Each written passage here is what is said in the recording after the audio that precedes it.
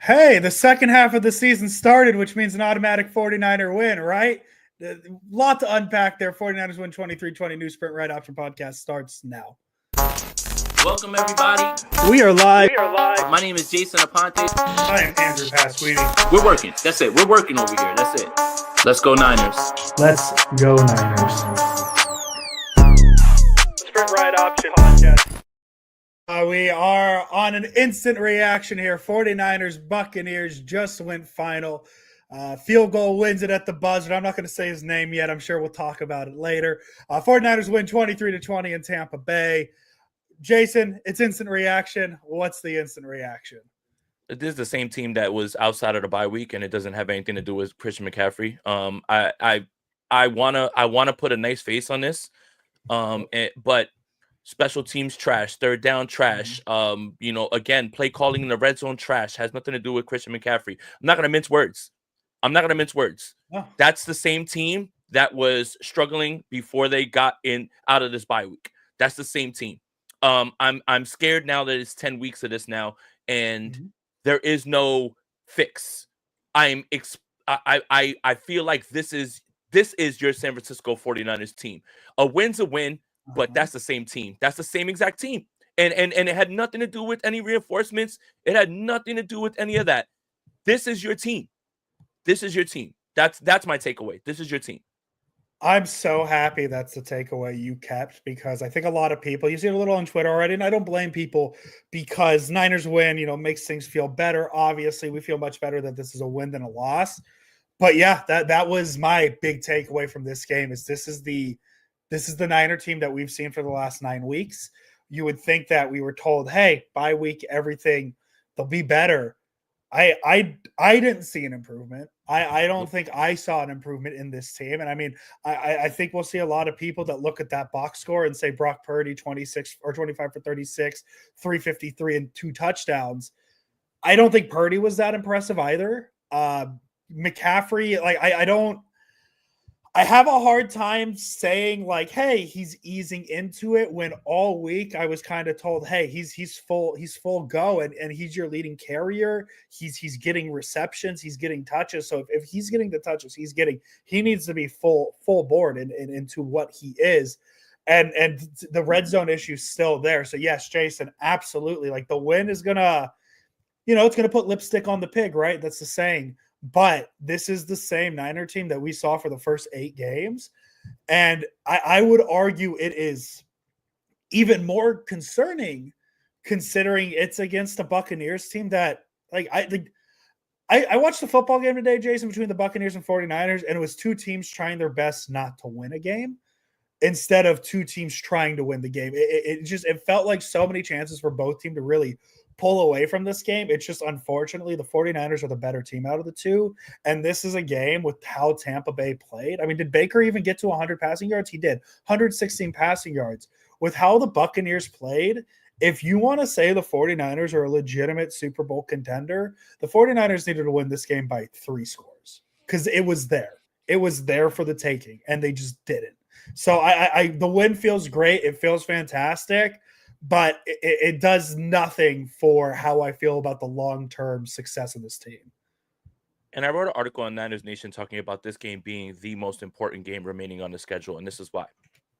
Because I wanted you to come out of the bye and show me that what was going on before the bye was a product of injuries, was a product of you not having reinforcements.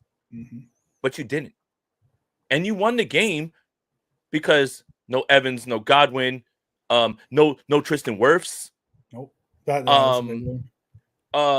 So you win the game, and yes, you're in position to move forward. But I don't see the change. There's no switch that was flipped in this game. Special teams still an issue.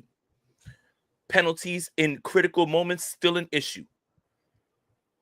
Purdy threw up 300-something yards.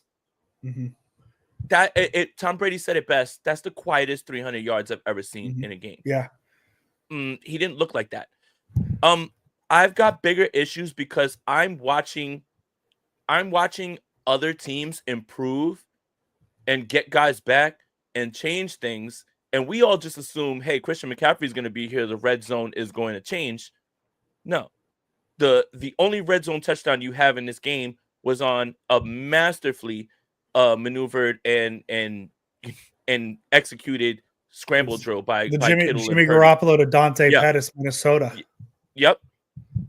But play calling is off. Execution's still off. Even on some of the plays, Purdy's getting free rushes right at him, and guys don't know who to block. So yeah, you win the game. And yeah, you get to live another day, because the 49ers playoff probability would drop almost 30% if they would have lost this game to an NFC opponent.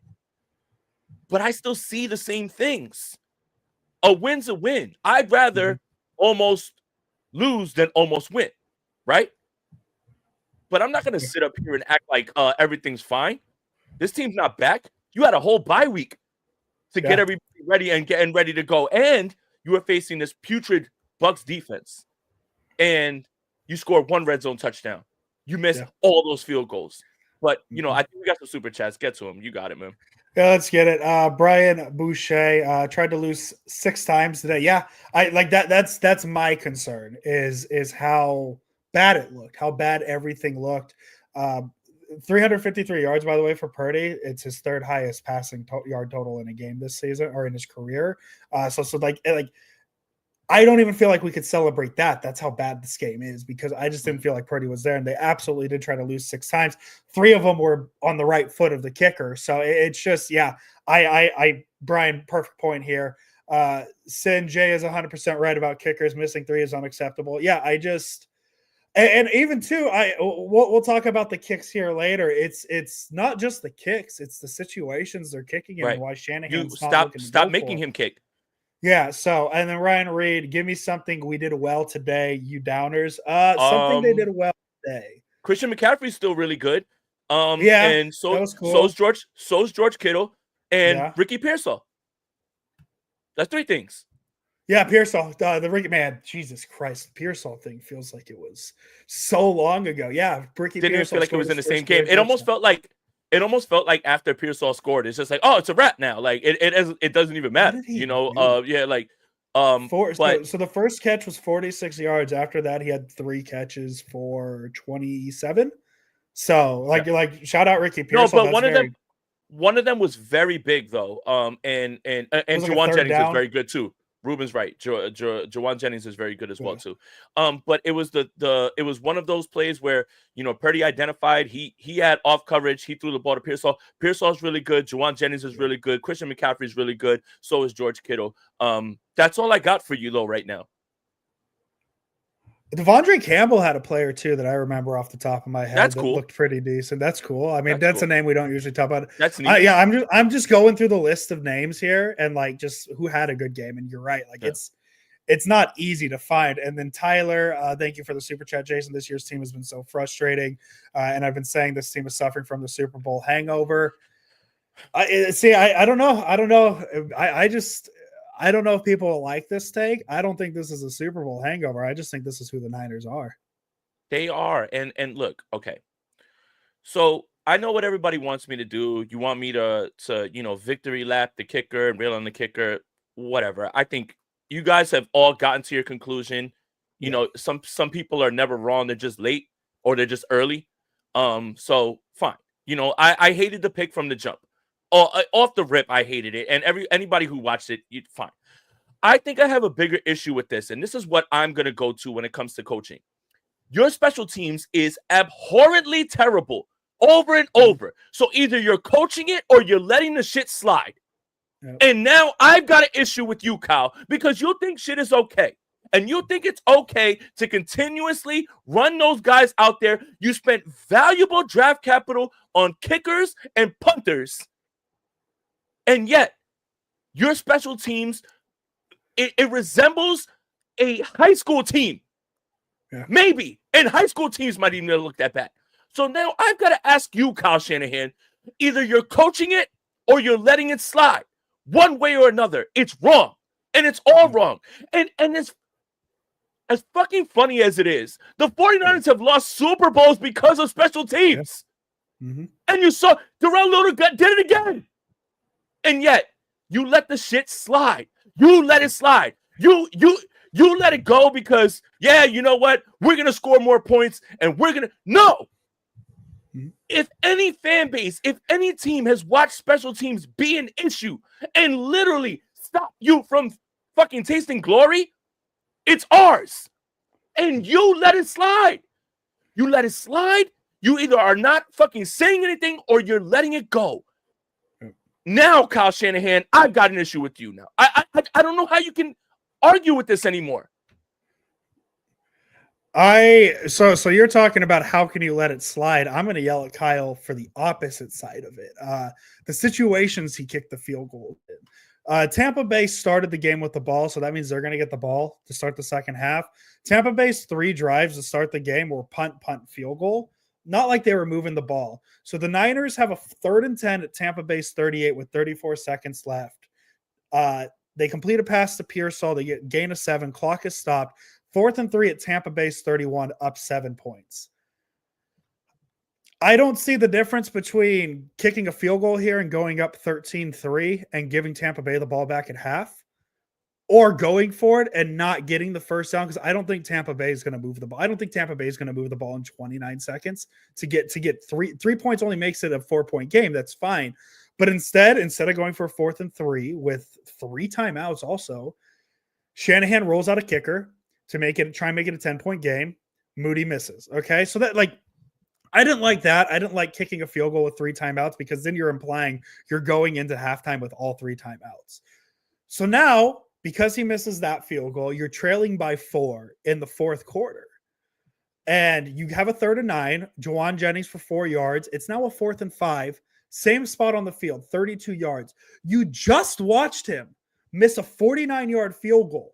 So now you're lining him up from 50, a 4th and 5. Jason, is the Niners offense good? Do you consider 5 yards a lot for a 49ers offense, especially in a spot where if you don't get it, you're giving Tampa Bay the ball in a touchback spot with them not being 5 yards is not a lot. So I don't know why Shanahan keeps I kind of understand the last field goal when you're up 3 points but you were even trying to make it a 6-point game, so a field goal can't tie it. I wish Kyle Shanahan would go for it more in 4th down, especially in the one before the half. I don't think anybody's going to be able to explain that to me, because you have all 3 timeouts. It's a 4th and 3, and you're sending Jake Moody out there to make it a 10-point game with Tampa Bay getting the ball back in halftime. I can't stand that. This offense is way too talented not to try and go for 4th and 3s at the 30-yard line. And so, yeah, man, you're angry because the special teams, and for very good reason. But even Kyle choosing to kick in some of those situations is insane. It's insane to me. So again, I don't want Kyle to turn into this guy that just is Brandon Staley going for it every 4th down. Yeah. It's got to be calculated aggression. It's got to be calculated aggression. It's got to be you understanding game situation and feel, right? If you look at the binder, right? Like when you do baseball, you do analytics and you're just like, oh, this pitcher has had success again, but you're going by the binder, but you're not watching the game and you don't have a feel for how your guy is. It's the same thing with Kyle. Watch your offense. If you feel you have the advantage and your offense is rolling, throw the binder out, because you have feel for your team. You have confidence in your team. That's the part that it's cascading now. Mm-hmm. The horrible play calling in the red zone. And yes, I'm gonna say horrible. Trust me, man. Everybody who's watching this knows 100% that I love Kyle, right? Yeah, you know that, and I've gone out of my way to defend him even when people didn't. But now I have to call out the play calling. Horrible play calling. Because it's not just Christian McCaffrey. Christian McCaffrey wasn't just the end-all cure. Right? Yeah. You're looking at a 49ers defense that gave up how many points? They were fine. This game should have been wrapped up, sewn up, done. The defense did their job. Right? Even without Charvarius Ward. And now you're in a spot again and again and again when you have a chance to do different things, and it just feels like it's almost like Kyle turns into the coach from The Waterboy. The one who, like, when he sees the other coach, it just happens to be in the red zone, Yeah. and he freezes. He I freezes. just want to picture Kyle Shanahan looking across the sideline. Oh, the cute little dog, because he's picturing the head coach as a dog. Right. That's how he fixed it. He's want Kyle to Right. like look across to Andy Reid, like good little doggy, like yeah. But again, like I think my overarching like feeling like about this team is when people are trying to tell you who they are, believe them. And the 49ers this season are trying to tell us who they are. But we're banking on last year and the year before, and they go on a late season run, but when people repeatedly try to tell you who they are, it's time for you to listen and believe them. And I think that's where I am with this game. The 49ers still could 100% be a playoff team. Yeah, oh, absolutely. But do I feel like they're the team last season or a team right now that's ready to make noise? I don't. I just, the other thing I have really weird with Kyle Shanahan today too is the game was never a blowout. The Niners were never in a situation where they needed to throw the ball. How do you throw the ball 36 times compared to 22 runs? And it's even, I mean, it's not even 20, it's 18 runs because Brock Purdy has 4, and I don't think there was a called run play for Purdy.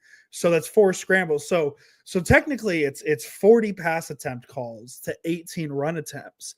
And we're talking about an offense, Jason, that you're getting Christian McCaffrey back, and even if you need to give Christian McCaffrey a breather, you have the 4th leading rusher in the NFL. What did Jordan Mason do when Christian McCaffrey didn't touch the ball today? Oh, 1 carry for 5 yards.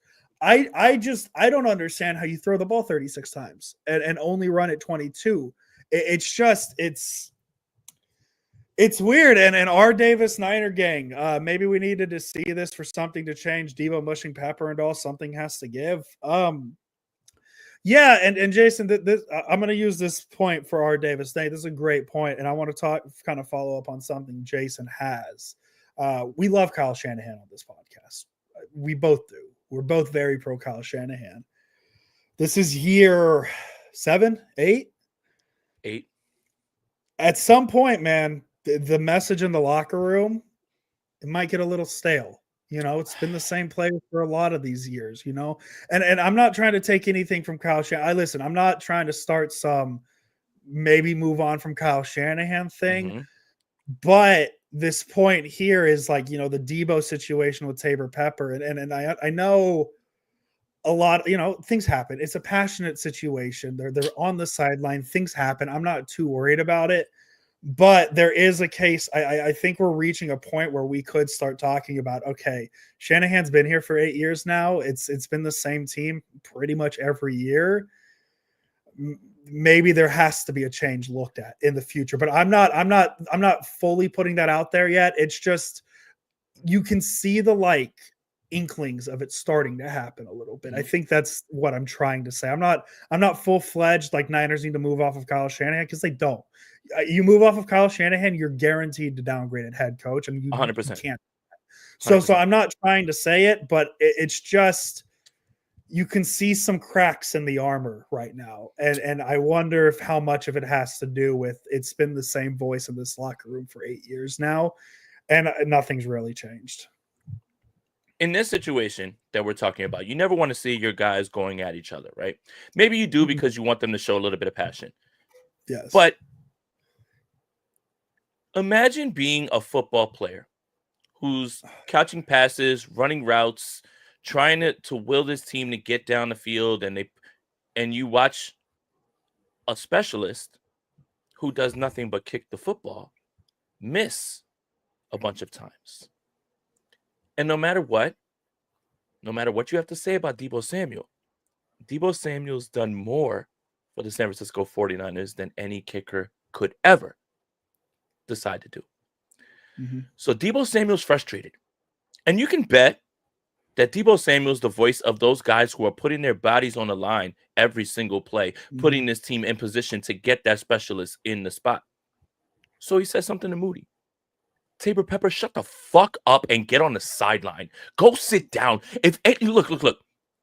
This is it, right? This is it. If you think that I have a low opinion of kickers and punters, I have an even lower opinion of long snappers. So kiss my ass, Tabor Pepper. You want to defend your boy or whatever? You know what? Kiss my ass. You don't get to say nothing to a guy. Nothing to a guy who has done more for this franchise than you could do if you lived 300 lifetimes. So you know what? I'm sorry, Tabor Pepper. Your little feels got hurt. But you know what? Deebo Samuel puts it on the line, and so do all of those guys, and you just snapped the ball. They've made the rules so soft for long snappers. Let me get my shit off real quick. They've made the rules so soft for long snappers, you can't even touch them. You're not allowed to touch them. You snap the ball and they touch you, it's a penalty. And you got the nerve. You got the nerve to talk to Deebo Samuel. Yeah. Kiss my ass, Tabor Pepper. Go cry somewhere else.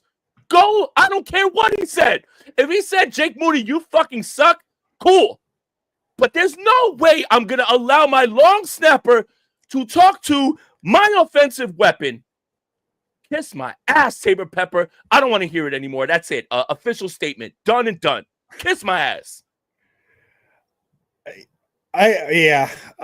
My side on it is should Deebo approach Moody in that situation? Probably not. And I don't blame Tabor Pepper because special teams, yada, but the situation's only going to get worse if you try and step in and interfere. And it's just, if this was shit, man, I get, this is the best way I'll word it. If this was Deebo yelling at Malik Mustafa and Fred Warner getting involved, completely I'd be fine with it. Completely but different. To me, man, like it wasn't like he did it after the first field goal. He did it after the third field goal. Of course, Deebo Samuel's frustrated. He gets his ass beat every game. So does every other offensive player. I think a little bit of both sides, like, hey, just Niners shouldn't be doing that on the sideline either way. You can't show it. But I'm not going to blame Deebo Samuel for being angry in the moment about it because he's working his ass off every game. He is like the Niners have so many good players on offense, but I think if you ask anybody who the heartbeat of the San Francisco 49ers is, it's Deebo Samuel. And Christian McCaffrey and guys who actually play football. So you see how I'm gonna do the what's the character in Always Sunny name? He's gonna play both sides. I'm gonna play both sides. Like Deebo probably shouldn't do that and approach Moody like that, but I can't blame him because if like the thing that pisses me off the most, I saw it on Twitter. Tom Brady said it. I'm so tired of Tom Brady, man. Tom Brady said it. It's like, well, if he makes this one, you kind of no. If he makes the other three, then we don't got to do that. Jason and I could have started the podcast 5 minutes earlier, but we had to sit here and beg for a kicker to make a field goal. So here's my thing. I got spoiled on accident because YouTube TV, it's behind here because it's a local so I got the notification that the Niners won 23-20. So I was like, I don't need to watch this kick. They won. I'm going to get low. I had my friends here. They both go, oh, I thought he fucking missed it, dude. Yeah. Because it hit the post. And so I'm trying to find it too, Jason. I'm not the best. I'm trying to do this on the fly. This is Jake Moody's second game with 6 field goal attempts this year. Did you know that? I didn't know. Week 1, he went 6 for 6. And my point, like the point I want to get to with that is this offense is too good to have 2 games with 6 field goal attempts. So, what are we doing? Right. So, Andrew. The frustrating thing is, let me finish and then I'll get to you. The frustrating thing is, we're talking about Jake Moody missing field goals. Dog, this is an offense that shouldn't have to kick field goals. And that's my point. I'll finish. I'm done. No, you're good. Look, and this is my point.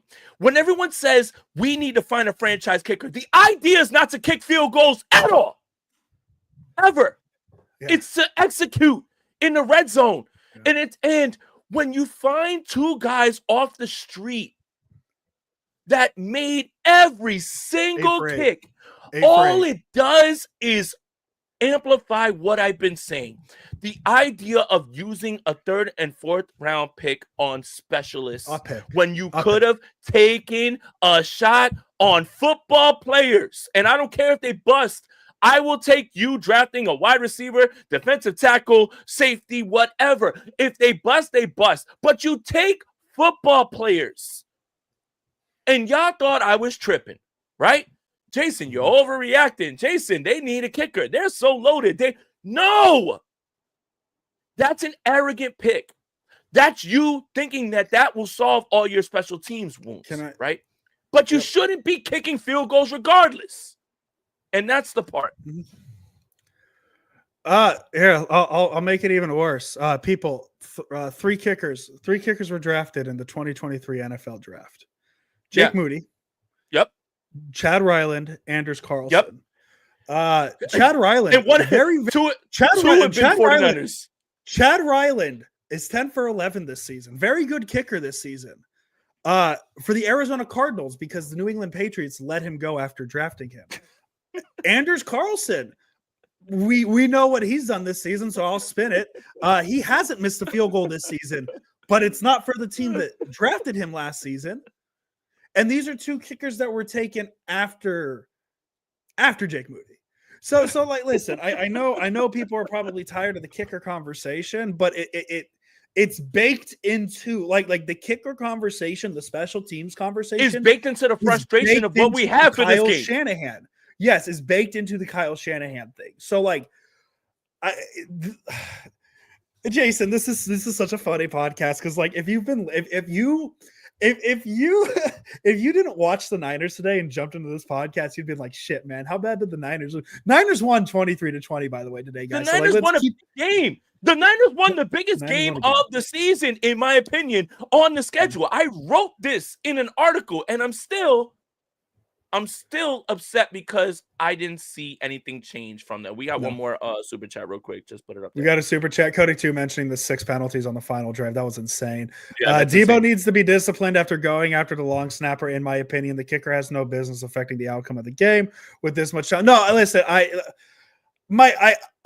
understand within a vacuum of what you're trying to say here. You're kind of saying what we're saying, like the kicker shouldn't be kicking that much. Debo shouldn't be disciplined. Like that's football stuff. That's baseball stuff. Guys being dudes, yelling at each other. I think the plays, as I said, I've landed on the Debo shouldn't have done it, but I don't blame him. I don't blame him. That's where I'm at. Yeah. And you have to think the frustration is mounting with this team. They know that they have these expectations. They know that things haven't gone right. So to have this in the hands of someone who isn't out there on the line every single, and like you got one job, and he shouldn't have done it, but I get it. Come on, man. Again, the special teams thing, again, it boils down to me talking about Kyle Shanahan. Either you're coaching it or you're letting it slide. And one way or another, it's wrong. I'm so glad that this happened earlier in the day as well, too. I'm so glad this game was at 1 o'clock. Good God. This is nice. No, and that's the other thing, too. It's just like the part of the issue is the biggest issue with the drafting Moody part is like there's been so many instances where if he was Anders Carlson, if he was Matthew Wright, where the Niners signed him, how many times would the Niners have cut him by this point? Right, because of games he's had, because it doesn't seem like he misses field goal. Like he's the reason he's so frustrating to me is he is and Jason's going to react to this so hard. He is a consistent kicker. He is, right? But that's the issue, is because he'll go a stretch where he'll make 15, 20 in a row, and then he'll miss three out of 6 like he did today. And so, like, I think that's the frustrating thing is it's like, yeah, he can be a very good kicker. We've seen it. But boy, oh boy, when he starts, it's not he misses one and he fixes it. It's when he misses one, there's probably 2 or 3 more to come. And now it's at a point where, Jason, like, I could ask, like, can you even trust Moody next week? Like that's my issue. Look, and this is the end of this, because I do want to talk about some good things in this game, and I Yes, do have let's good just, things to yeah, say. let's Yeah, go. yeah. So this is the end of this, and I'm gonna put a bow on this and say this. The reason that I was so opposed to you spending draft capital on a kicker was the fluctuation in how kicks go. 1 year you could be David Akers and miss everything. 1 year you could be David Akers and make everything. But the idea that I'm spending draft capital, valuable draft capital, on you. Yeah. This is the pressure that I put on you. When you're drafted in the 3rd round, you don't miss kicks. No. You don't miss any kicks. But the fluctuation from year to year, aside from Justin Tucker and like your top 3 guys, whatever it is, and even Tucker right now is proving that like kickers don't matter, right? Yeah. The fluctuation between you being somebody who makes every single kick and you being somebody who can literally, like, you just start playing the Charlie Brown music when they start to get up there or whatever, No. is the reason that you don't invest draft capital into that position. It was an arrogant pick that time. It's an even more arrogant pick now, because you could have had a football player, and you picking up guys off the street have literally shown you the way. You don't draft kickers. You go to your local Trader Joe's, you go to your Walmart, you go to your local whatever supermarket, ask someone if they've ever kicked a football or played soccer, and say, you know what, come kick for me. It is insane that I have to reiterate this, but you know what? If it took him missing all these 3 field goals for everybody to wake up and understand that that was a horrific pick, then so be it. Not wrong, just early. Not wrong, just early. Jason, let's talk positive. I think we got all of it. George Kittle's fucking good. George Kittle's real good at football. George Kittle's really good.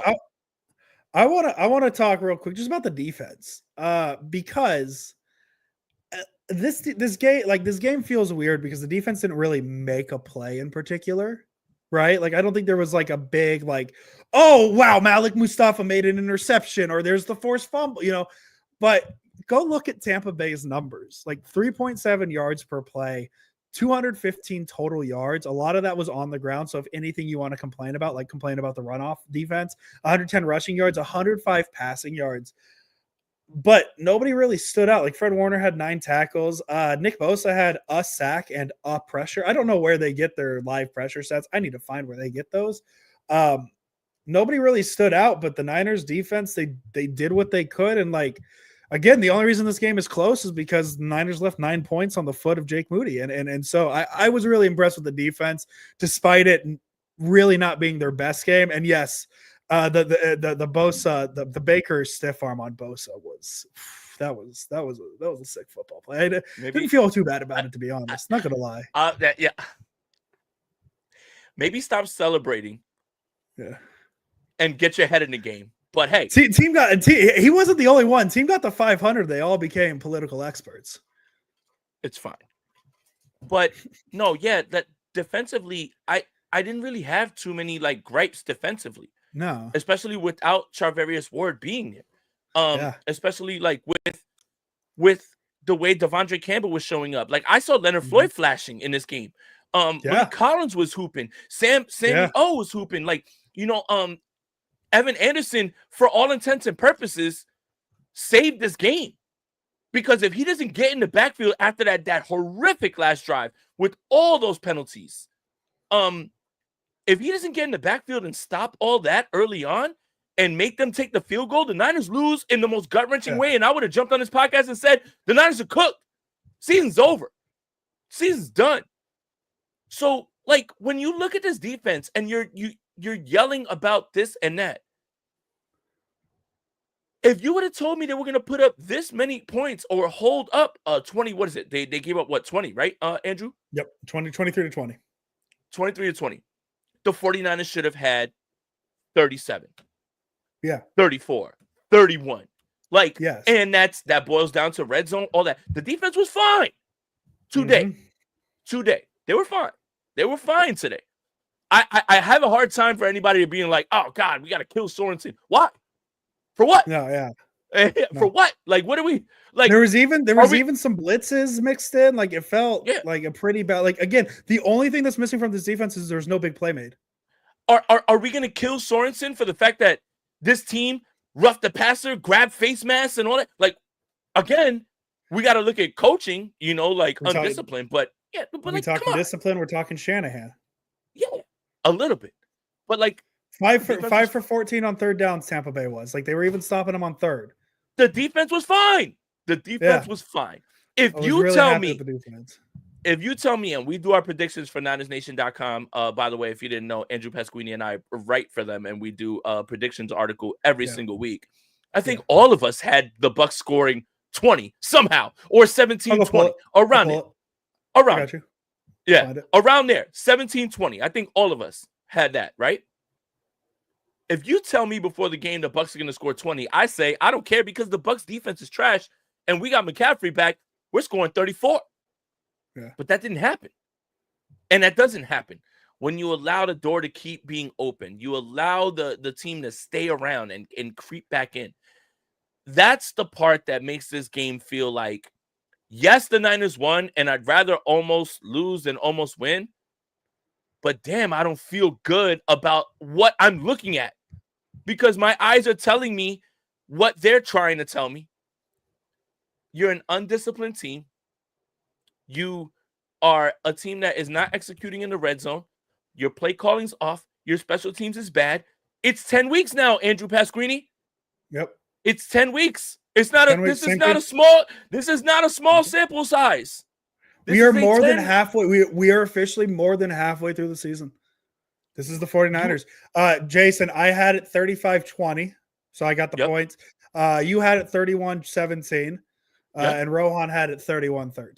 So we didn't have Tampa Bay scoring a ton. And if the Niners finish with 35, 31 points, I guarantee you everybody feels much better about the defense.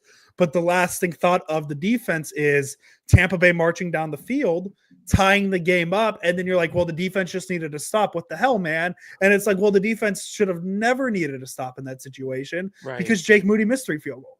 All right, sorry, I'll stop doing that because Kyle Shanahan opted to kick 6 field goals. No, all right. So I wasn't going to go there, but what I'm going to go with is I think this team is fundamentally lacking situational awareness all across the board.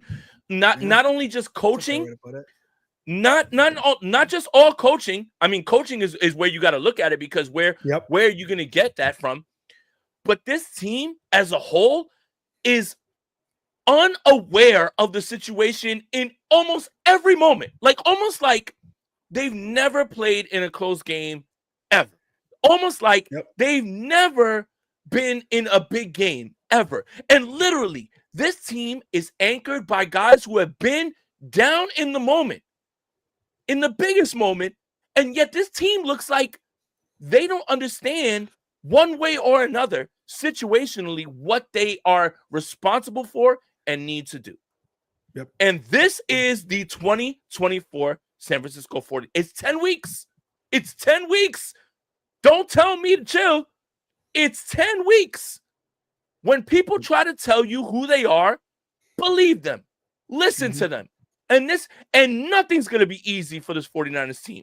Nothing. The Bucks are missing Evans, Godwin, and then they lose Tristan Wirfs. I don't know if any team could lose the 3 most important people on their team and still have themselves with a chance to do something at the end here. What do you want me to say about it? If you're mad at me for telling you this, I think you should be mad at the team that you root for, that we all root for, because it's something that it's 10 weeks. It's 10 weeks. This isn't 3 weeks and they're like, oh, they'll snap. This is who they are this season. Yeah. Last season was last season, and this season is this season.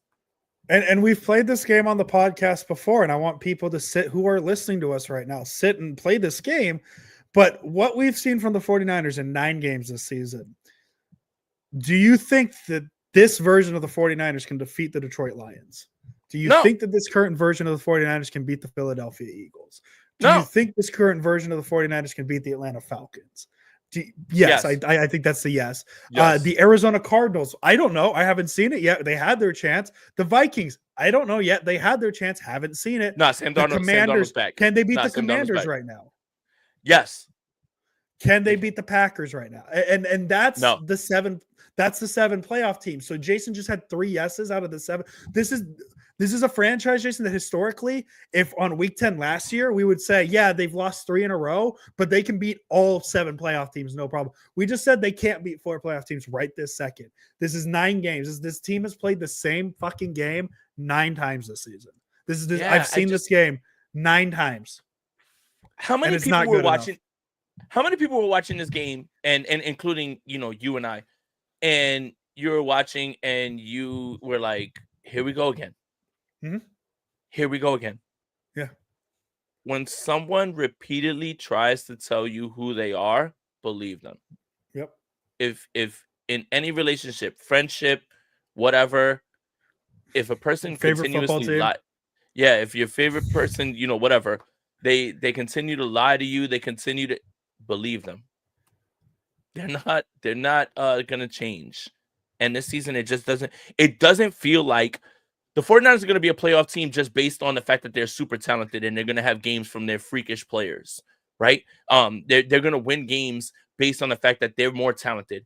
But when it comes down to the little things, situational, special teams, play calling, execution, they're not there. And it's 10 weeks now. It is 10 weeks. So I'm not sitting here overreacting over a small sample size. Nope. There's only 8 weeks of football left. And yeah, the 49ers are going to make the playoffs, Rep the Bay. They're going to make the playoffs. But I don't think they're a lock, but I'm more confident they're going to make that the they're playoffs. making the They're playoffs than not. Yeah, I don't like. Yeah. Like, the NFC's trash. Like the easiest way to make the playoffs right now, like this doesn't feel like I understand the thought of how they feel, but right now they're tied for first place in the NFC West. Like the 49ers have a million paths to get into the playoffs. Right. And the easiest one right now might just be winning the division. So like I not a lock, it's too tight. Like it doesn't feel great, but they're still a playoff team. Jason, you want to get let's just get easily the most positive part. Let's do 3 stars. I think let's just do 3 stars. No, hold on. There's more stuff. Oh, we can keep talking after 3 stars. I just feel like we said we were going to be positive. Well, let's keep being positive then. All right. So look, Diamandola Nora, Renardo Green, you're both dogs, and I love you. Right. And on both sides or whatever. Right now, this 49ers secondary, regardless of what happens going forward, is in good hands. I feel good about that. I feel very good about that. I think. Let me phrase this right. Okay. I think the 49ers overestimated their defensive line at the trade deadline. Yeah. And we all love Sammy O. You bring in Khalil Davis and you got Kalia Davis, and I maybe y'all just going on vibes and you just want to, bring in all the Davises and but I think Leonard Floyd had a really good game in this game. I think I can't confirm until I watch the tape, but like he just had the high motor and he just kept going. The defense is the thing that I keep looking at where I'm like, okay, all right. So the way I'll explain it is this. The defense was something that I was looking to probably pick apart a little bit more because I was more, scared about that. The offense has me more worried now than the defense. And what I mean by that is against the team that is bottom level run defense, against the team that is banged up, their head coach is essentially a defensive coordinator, whatever. They've been getting cooked by everybody. And that's the offensive performance you give. Some of that's on Purdy. He didn't have a great game today. He's not one of my 3 stars. Let me just make sure I know that they got down for the field. He's not one of my 3 stars at all. This is a Brock Purdy game where they won, but they won and you didn't play well. Well, even further, yeah, they won, and yeah, his numbers look really fucking good, but he was But not good. watch the game. See, that's why watch the game. Watch the game, right? Because if Well, you look at stats, you're like, damn, he threw it for over 300. He was tossing it all over the yard. You know how many easy throws he missed? I know at least he had two that there were penalties on, but he had like 4 or 5. I felt there was 2 that he got lucky because Tampa Bay got called for penalties where he missed receivers, and then there was a couple like wide open missed receivers too. So I think tomorrow I'm real excited to see what you, Rich, all the film guys Brett have, because I want to see how many open receivers he missed. And then the other thing is too, you want to talk about the offense. The one thing I really keyed on was, I thought the Niners red zone offense just needed Christian McCaffrey to be fixed. And they faced a team in the Buccaneers that entering today, they had the second most red zone entries allowed. So they allowed, I believe the number, I'm double checking my numbers really quick. I believe it was 35 red zone entries this season. Yeah. So teams have entered the red zone 35 times before today. That's an average of 3.8 per game, 3.9. So we can round up to 4. The Niners had 3 red zone opportunities today. Like, what is that, man? Like, you're below average against a team that allows the second most red zone opportunities, and then you can only score a touchdown on one of them. It's a lot of interesting stuff going on with the offense, and I don't know where I'm at with it, other than kind of the theme of this episode, Jason. The Niners are telling us who they are. They are. And nothing's going to be easy, regardless of who's back, who's not. It's just nothing's going to be easy. Last season, we were spoiled because the 49ers lost 3 games, 4 games, 1 that doesn't count because the 49ers weren't, playing in week 18 and it didn't matter. But the other games, they just beat the shit out of everybody. Like they literally literally blew it. They literally beat the shit out of everybody. And then we get to the playoffs and every game was like down to the wire, like sweating like the entire time. So we were spoiled last year. What's going on this year is completely different. You can bring the names back. You can be the coach. You can have the culture. Circumstances change real quick. And I think that's what makes last year so frustrating for 49ers fans, is because if you're ever going to get a look at it, there it is. Yeah. Because it'll never line up any better than that. So, yeah. I mean, have the Niners had a convincing win this season? None. New the Jets. The Jets. New England too, but those are too bad too. But maybe the sentence, Jason, that tells you just how bad the Niners are this season, it is week 10. The 49ers have won 2 games in a row for the first time this season. First time the Niners have won 2 games in a row this season. That's unbelievable. Like there's just not a stat that should be said for a team this good. It's just, it feels off. And now, like, when does it get any better? Here, I got an answer for you, Jason, because all season when I look ahead to the schedule, I say, we don't know what these teams look like. And the game I keyed in on was specifically that Bears game on December 8th. We don't know what the Bears stink. Niners are going to win that game. But you look at the next 3 games.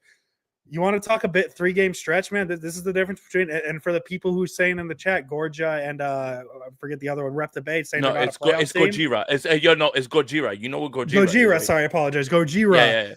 Yeah. And Rep Debate talking about not playoff team. Let's talk about it after this 3-game stretch. Seattle, Green Bay, Buffalo. Yeah. Because listen, I don't think it happens, but there's a chance the Niners are 5-7 after that. They could absolutely lose to the Seahawks next week. They could absolutely lose to the Packers. They could absolutely lose to the Bears or the Bills. And now if they're 5-7, now what? But if they win those 3, or just honestly just win 2 or 3, that's all we need. You know what's funny? This is what's funny. Is, usually with instant reactions, like the way that we're talking right now, it would sound like the 49ers lost. Yep. But the 49ers, and I guess maybe this is hopium. You know who has the most passing yards heading into, the late slate, and it's Brock Purdy. It's Brock Purdy. I Doesn't feel don't like it. understand. Like, regardless, it doesn't make sense. Yeah. But Mhm. what I mean is the 49ers still can turn things around. Maybe, Oh yeah. maybe, Yeah. maybe this one is the one that everybody looks at each other and they say, "No, we're still, we're still those guys, right?" Maybe. Yeah. But I'm tired of hoping on that and wishing. Well, we're running on out of that. time. Well, I just Plain love and to simple. see it. I'd love to see it. When I pop on the tape, I'm gonna get more mad. I'm gonna get more mad. I'm not looking forward to it tomorrow. I'm not. When the all-22 comes in tomorrow morning at whatever time, I'm gonna pop on the tape and be more mad. I'm not gonna get happy. Take a shot for every time a receiver is open that Purdy didn't see, because I feel like that happened a lot today. Yeah. Oh well, Kyle Juszczyk on the hot read or whatever. That was the first time. That's the first time that I yelled at the TV, like, "Get your head out of your ass, Purdy." I try not to be that way because, again, I don't have all 22, all that. But I'm not looking forward to watching this shit tomorrow. And what I'm more afraid of is that I'm gonna find out that play calling has more to do with everything, and execution clearly has to do with it, but again, it just, Kyle Shanahan, for the first time in my life with you as my head coach, I'm nervous. I'm scared. I don't know if you have the answer this season. I don't know if you have the answer to it all. And this can't even be labeled as like injuries. You're probably healthier than 90% of the teams going into week 10. You in theory have a 100% healthy Christian McCaffrey. Yeah, you in theory have the healthiest team in football probably right now. Yep. I just I don't like having these thoughts. Nope. But I have to Scary have hours. them. I have to have them Yeah. because I look at this team and I look at the way that they execute and I look at the way that they've been performing, and I'm scared. Yeah. I'm scared right now. I'm scared. Not good. Jason, let's get to 3 stars. Let's get real positive. I've been contemplating doing it all episode. I'm gonna do it. Number 3 star. I got Devondre Campbell. Deebo Samuel Sr., 3 receptions, 14 yards, 5 receptions for 62. But kicker missed 3 field goals. He bullied him. He made the very next one. Deebo Samuel, I give you credit for the game-winning field goal. Deebo Samuel's my 3rd star. Oh, captain, my captain, 100%. Look, Batman couldn't have me on top of a roof, like by my foot, to make me hate Deebo Samuel. In no way.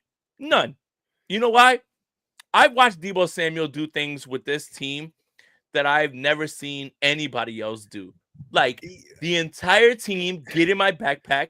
We're here. Let's go. I got you. He's played games with injuries that like the average human being would quit playing football for. So like, of course he's going to get angry at a kicker for missing kicks. Like, come on, man. Batman can't make me hate you, Deebo Samuel, and you will never get me to say anything about it. And when you go after specialists, Deebo Samuel, you just keep rising up the list. But number 3, Juwan Jennings. Oh my God. Look, Juwan Jennings is reliable. He is literally the guy that you forget the 3rd down.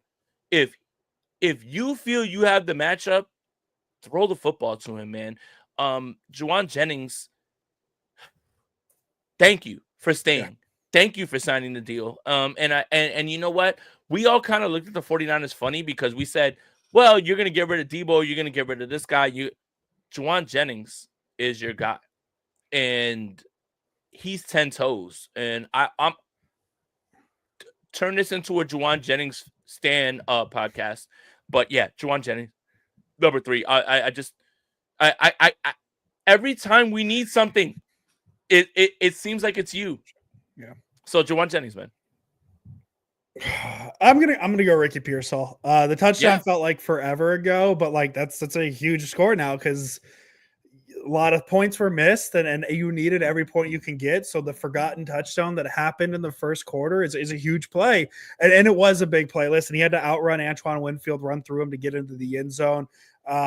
Jason, I don't know if you've heard this yet, but he was shot about 3 months ago. Makes it all that much more impressive that he's come back onto the field and he's able to do this. And I think I was a little bit of a hater when the Niners drafted him because of who they drafted position wise, and obviously Brandon Ayuk is not playing the rest of the season.